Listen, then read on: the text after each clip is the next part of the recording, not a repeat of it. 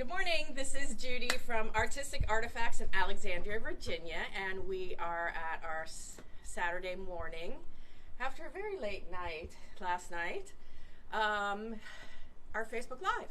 So hopefully you were able to join us this morning, and we appreciate that. We also want you to know that we do record all of our Facebook Lives and put them on our YouTube channel, so Artistic Artifacts YouTube. Would like to remind you to make sure that you're getting our newsletter. We have lots of amazing things coming up, and we have events and things, and that's the best way to keep in touch with us, so sign up for that. I did also want to warn those of you that we have some changes, technology changes coming up. Okay, so after you laugh and get up on the floor, off the floor, we are in the process of changing our point of sale system and our website. While you're in Italy. While I'm in Italy, yes. So the chances of it being successful are higher than if I was here, because I spaz out electronics. I get near them and they just go, oh. So I just want you to know the shopping experience might change a little. We're not trying to change it a lot, but we will have some things. So please bear with us. Keep your continued patience and just be forewarned that it's coming. So, and events on Facebook, all that stuff, because so I don't write my announcements down, so they really kind of come out a little wacky. So, but we have Seth here today. Seth Apter, he's family. We're so lucky to be able to say that he's family. He's been with us. He taught before the pandemic. You know, everything is before pandemic or after pandemic. So, and we're just thrilled. Your first fabric line. Yeah, I'm thrilled to, first of all, thank you all who are out there watching live or on recording. And thank you, Judy, and the whole family at Artistic Artifacts for bringing me down here and allowing me to kick this off. Yeah, it's our first stop. It's the first stop on a tour, and it is the stop I wanted to make first. Yeah. So, for all your support. We appreciate that, too. Great partnership. Absolutely great partnership. Absolutely. So, it's been wonderful. So, it's been a really interesting experience moving over to fabric. You know, I knew it was going to come. But you did. I did. I knew it was going to. You talked to me about this years ago. I did. Yeah.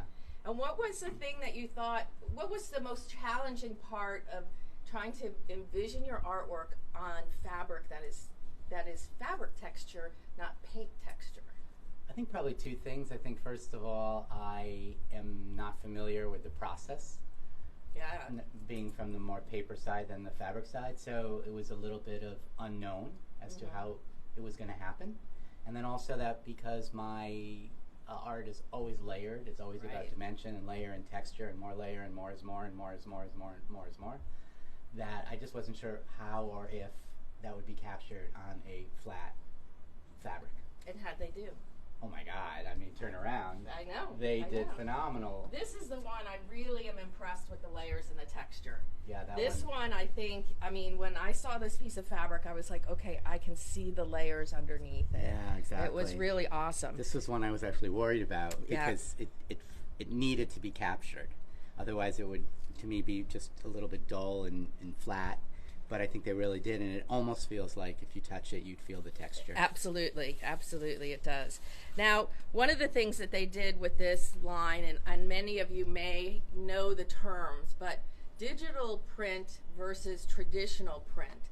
So the digital printing that is now happening on the fabrics allows so much more color.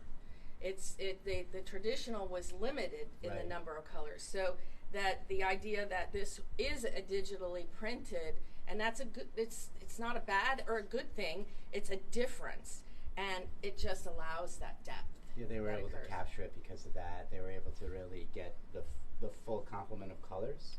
And you know, one of the parts of the process of developing the line was making the choice as to which direction to go. So in the beginning it was open-ended. And as the line came together, a decision was made that the digital printing would capture it better. And I really think that was the difference. Yes, I do too. I think that was quite great. Yeah.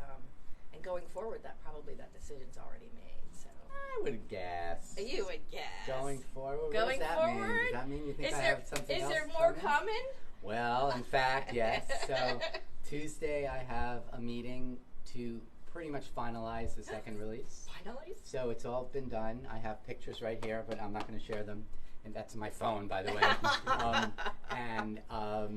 Yeah, I'm really excited about it. It will be out in the same time frame. So okay, so next January it will be posted. Post-January and then sale right to retailers, and then will appear magically basically a year from now. So it's a long wait. But now that the process is happening, it's not as long as the original. Well, and you have all that startup education. Exactly. So we're going to see you in a year back here, same time, same place, same channel, You'll same have to get channel. up early again on Saturday to watch this, especially if you're in California.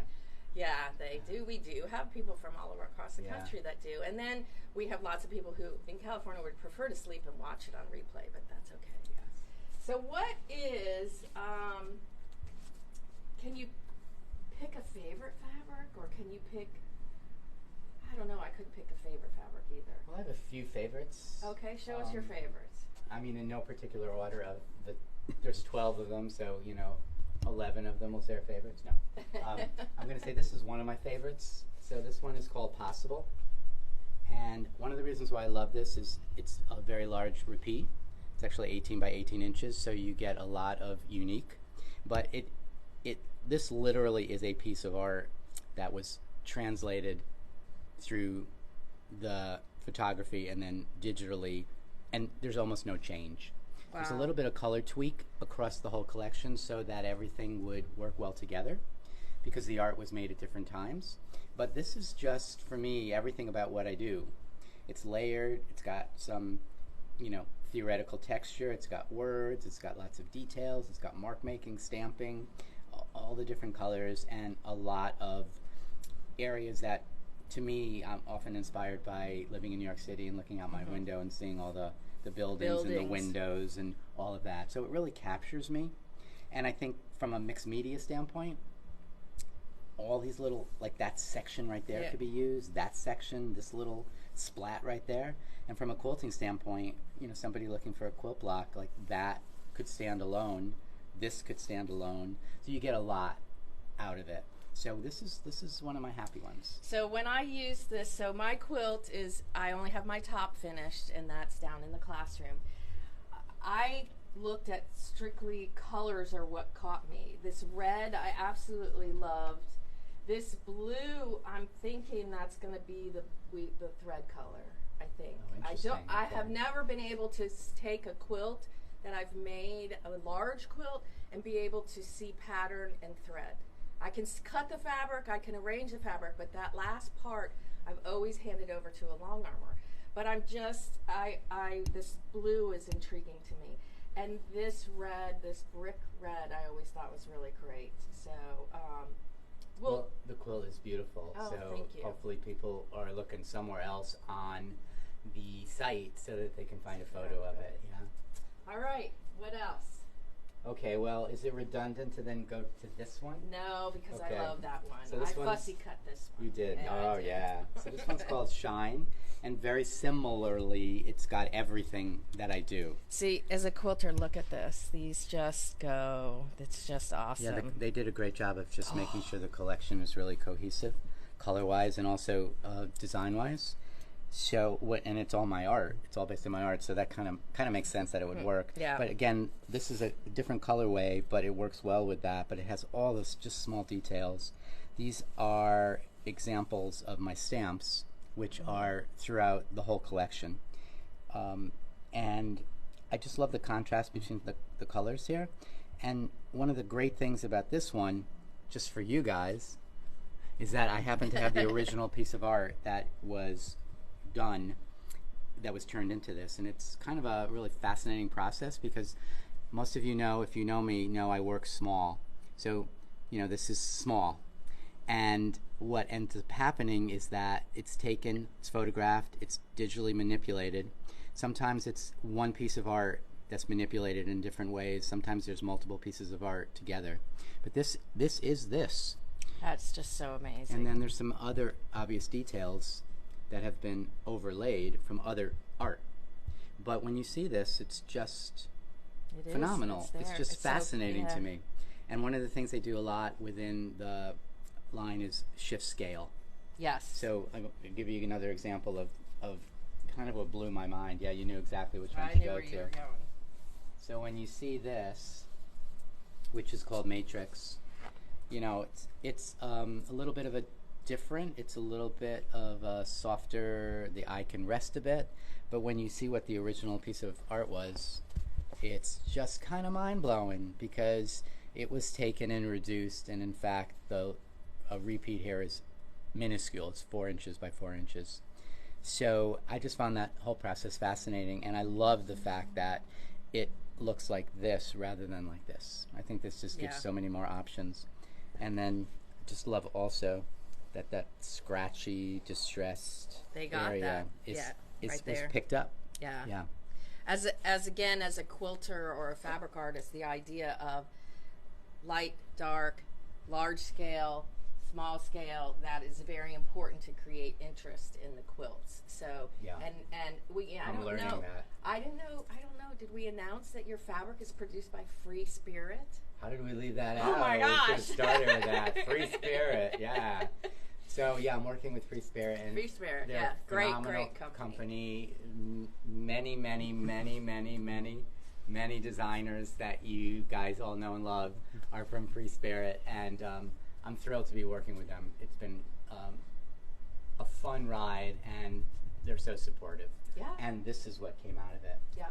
And you know, you had mentioned about the quilts and sort Let's of the look details. at the quilts. So these are 2 quilts that were made from the company in support of the release, and I just think they're both phenomenal, and they really show off both the fabric as well as.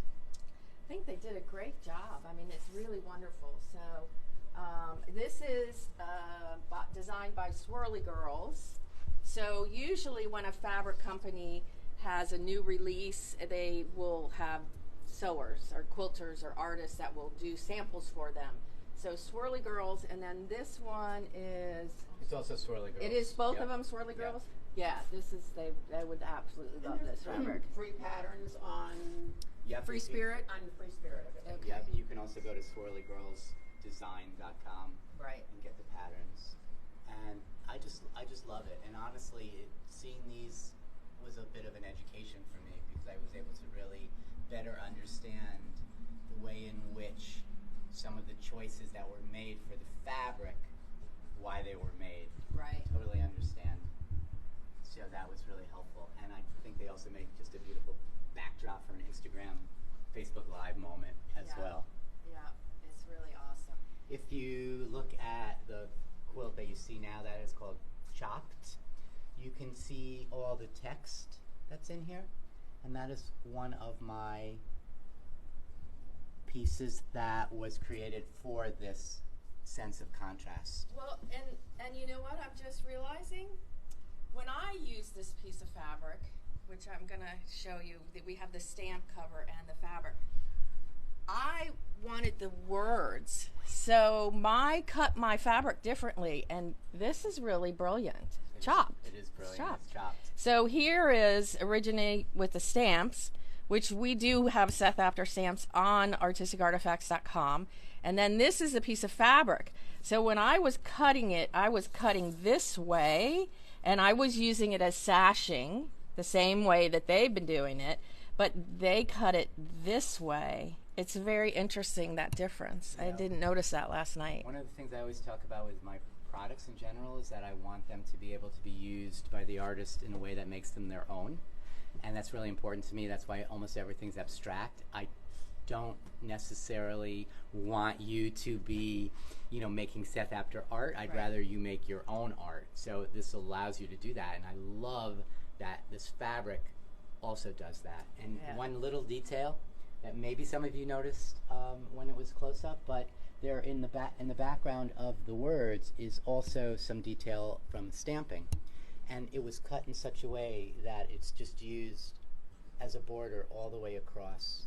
And I love that. It's such a small detail, but to me that's what makes somebody's art their own and extra special. You may not even notice it consciously, but you get the effect of it when you look at it and feel it. That's pretty cool. And I know when we had a lecture last night, And you mentioned that about making your own art. Yeah. And I just think that's so very important. That is for us too. You know, sometimes people think that they have to make the sample, and it's like, and we don't want them to make the sample. We want to encourage people to, you know, use their own creativity, their own imagination, which everybody has, and to almost make a collaboration with the designer, and go your own way with it. Yeah. And when you're able to do that, I think that's really where the magic happens. Exactly. One of the things about that is that in addition to the quilting, as everybody knows, you probably don't know me as being a quilt artist. I'm a mixed media artist, so the fabric lends itself to mixed media as well. And we have a lot of samples here from different artists that amaze me because they used it and created it their own. So, for example, we have SS Journey. This is from Keisha DeVeni. And I just think that's beyond phenomenal. She's just adorable. And she uses several different pieces of fabric. And she's captured the layers in a different way than I would. Yep. And then if you just pan right down, this is a beautiful scroll from Roxanne Evans Stout. Yeah. And I just love also that she actually used the fabric in the same way that was used in the quilt that you just saw. But because it's a mixed media scroll, it's almost completely different. You know, it's very Roxanne. Yes. Yeah, and then there's a few others over here. If we move over this way, look at those. We have. This is very cool. Yes, that's also from Keisha. Oh my gosh, she never slept by the time she got fabric. She didn't. It's just a beauty. It's a hanging piece, and it's.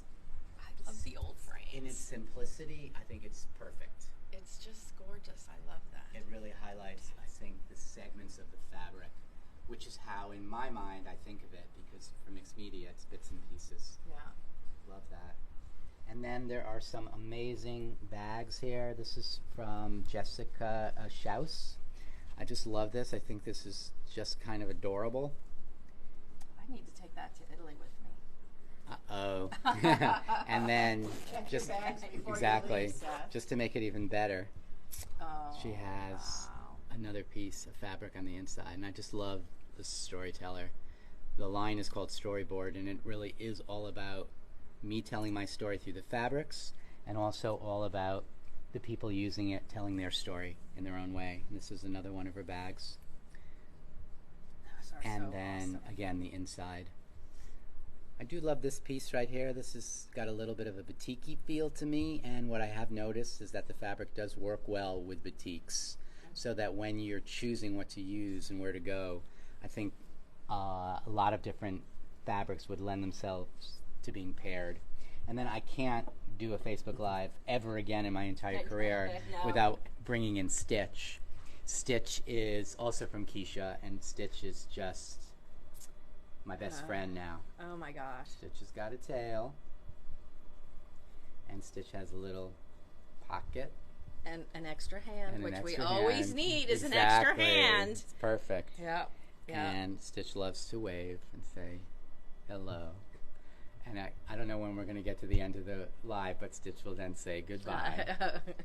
So I really appreciate all the artists who did this, and I appreciate the fact that, as hoped and expected, the artists would all, technical difficulties, the artists would all create in a way that I wouldn't.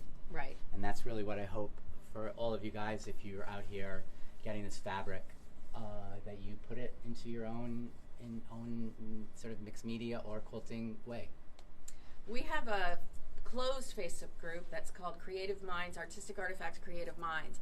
And we would love to have you post pictures of how you use Seth's fabric.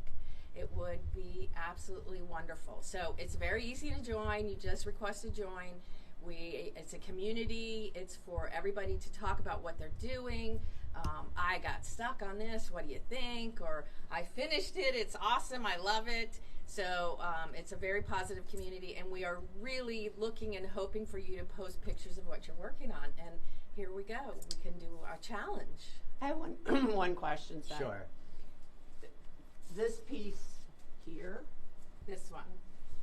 pick it up. Received, sure.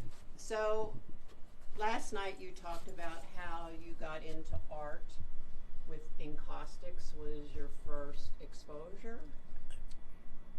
That piece to me has an encaustic look to it. That's interesting. And then I didn't notice it last night, Right. but seeing it this morning, it looks like it's an encaustic. It's fascinating as part of your story. You know that the entrance into encaustic was, just to clarify for everybody out there, it's less about initially me doing it and more me about falling in love with it. And that actually sort of pulling me into the world of art, some encaustic work that I saw. And I have used it since, and I think my work does lend itself to it, and the whole vintage beeswax embossing powder is all about kind of creating a faux encaustic early. So I'm not surprised that some of my work reflects that, because it's been a huge inspiration for me. I appreciate you bringing that up.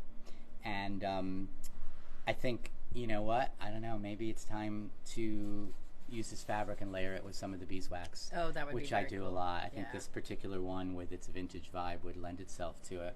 And just really, really quickly, since this book was up here, the reason why this book here was here, not only to show you where that little bit of received came from, but to show you again the magic of what happens when you create fabric. You can see right here, so we can put it that way, yeah. You can see how this small bit in the book became this This is piece of the amazing. fabric. And there's other elements from different pages of the book in here as well. So it's just been such a fun experience, and it's just started. And Yeah. I love the fact that it's at the beginning, and who knows where it will go. I mean, I know a little bit because I've seen the next release. Excellent.